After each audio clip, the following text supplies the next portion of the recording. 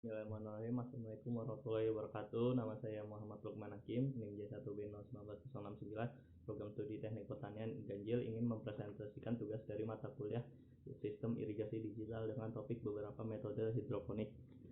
Nah, yang pertama yaitu sistem sumbu atau weak system. Dinamakan dengan sistem sumbu karena dalam pemberian asupan nutrisi melewati akar tanaman disalurkan dengan media atau bantuan berupa sumbu. Sistem weak merupakan prinsip kapilaritas, yaitu dengan menggunakan sumbu sebagai penghubung jembatan pengalir air nutrisi dari wadah penampung air ke akar tanaman. Sumbu yang digunakan dalam sistem ini biasanya berupa kain flanel atau bahan lainnya yang dapat menyerap air. Kelebihan dari sistem sumbu yang pertama adalah biaya untuk mengumpulkan bahan yang diperlukan tergolong sangat murah, bentuk yang sederhana, dan pembuatan yang mudah bagi pemula. Yang ketiga, frekuensi penambahan nutrisi lebih jarang. Yang keempat, tidak tergantung pada listrik. Yang kelima, memudahkan untuk dipindahkan. Nah, kekurangannya itu yang pertama, sulit dalam mengontrol pH air. Yang kedua, cocok untuk jenis tanaman yang tidak memerlukan banyak air. Nah, sistem yang kedua adalah sistem rakit apung atau water culture system. Sistem rakit apung hampir sama dengan sistem sumbu, yaitu berupa sistem statis dalam sistem hidroponik sederhana. Perbedaannya dalam sistem rakit apung penggunaan air lebih banyak dari sistem sumbu, dan dalam sistem ini tidak menggunakan sumbu sebagai pembantu kapiler air, tapi dengan media tanam akar tanaman langsung menyentuh air nutrisi. Kelebihannya yaitu biaya pembuatan yang murah, bahan yang diperlukan untuk pembuatan mudah dicari, perawatan yang tidak sulit, terus tidak tergantung pada listrik, lebih hemat air dan nutrisi.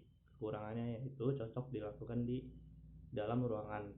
Akar tanaman lebih rentan mengalami pembusukan, kadar oksigen yang sedikit. Sistem yang ketiga adalah sistem NFT atau Nutrient Film Technology System. Konsep dasar NFT ini adalah suatu metode budidaya tanaman dengan akar tanaman tumbuh pada lapisan nutrisi yang dangkal dengan tersirkulasi sehingga tanaman dapat memperoleh cukup air, nutrisi, dan oksigen. Tanaman tumbuh dalam lapisan polietilen dengan akar tanaman terendam dalam air yang berisi larutan nutrisi yang disirkulasikan secara terus-menerus dengan pompa. Kelebihannya yaitu sangat cocok untuk tanaman yang membutuhkan banyak air. Masa tanaman menjadi lebih singkat. Perawatan atau pengontrolan adalah pengaliran maupun kondisi nutrisi lebih mudah. Sistem NFT mendapatkan aliran yang stabil dalam satu jalur nutrisi sehingga kondisi nutrisi di semua bagian menjadi seragam. Kekurangannya yaitu perlengkapan untuk pembuatan tergolong sangat mahal, tidak cocok untuk pemula. Selanjutnya, bergantung pada listrik. Yang terakhir itu rentan terhadap penyakit.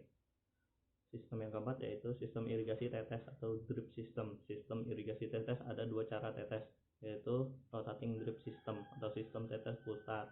Prinsipnya mengalirkan nutrisi ke tanaman dari netpot secara berulang, memakai air dengan dialirkan dengan penampungan ke tanaman dan kembali ke penampungan.